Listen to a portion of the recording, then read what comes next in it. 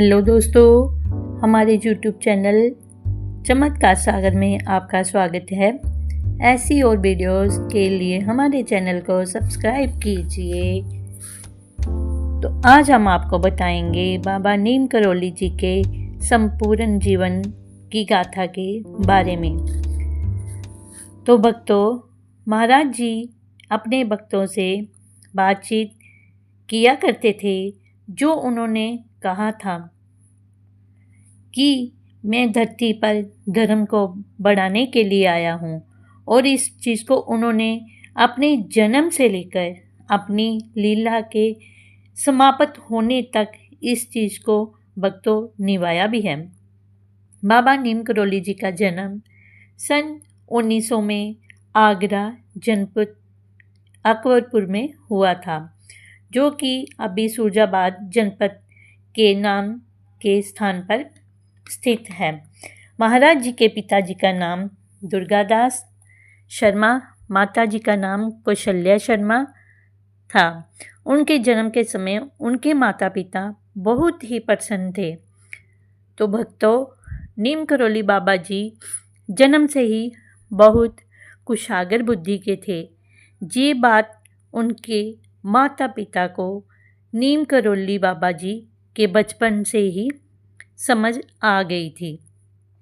और 1908 में जब नीम करोली बाबा जी केवल 8 वर्ष के थे, तो 8 वर्ष की आयु में ही उनकी माताजी का देहांत हो गया।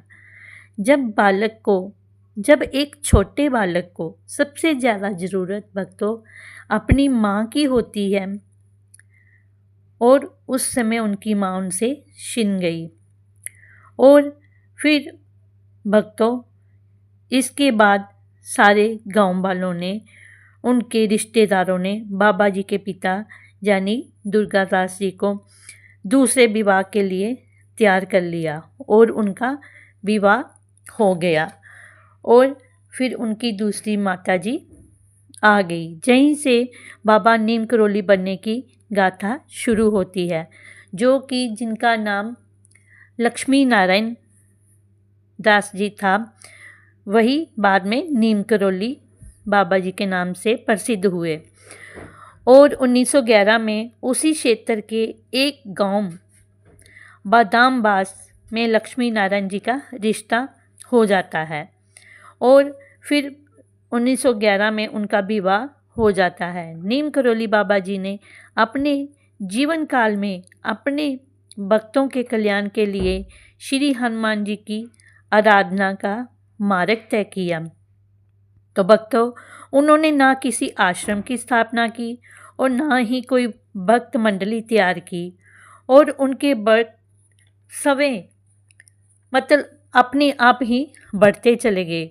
और आज भी निरंतर बाबा जी के भक्त जो हैं वो बढ़ते ही चले जा रहे हैं।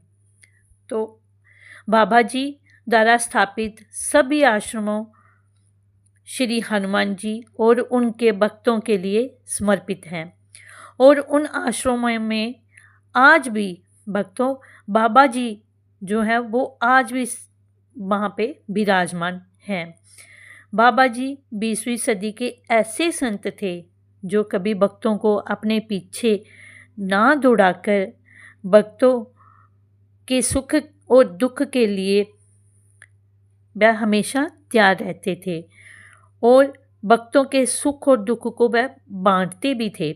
और उनके जन्म के समय ज्योतिषियों ने भविष्यवाणी की थी कि इन पर सदा माँ लक्ष्मी जी का आशीर्वाद रहेगा, माँ लक्ष्मी जी की कृपा हमेशा इन पर बनी रहेगी।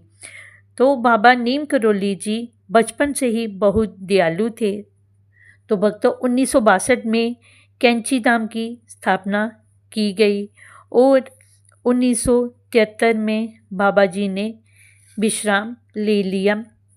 तो भक्तों, वृंदावन के आश्रम में उन्होंने जाकर उधर समाधि ले ली।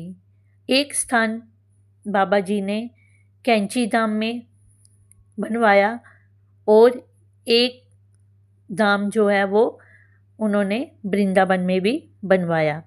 तो भक्तों, आपको कैसी लगी ये वीडियो? अगर अच्छी लगी हो तो कमेंट में ज़रूर बताएं और हमारे चैनल को सब्सक्राइब करें। तो अब हम मिलेंगे आपसे अगली वीडियो में। राधे राधे।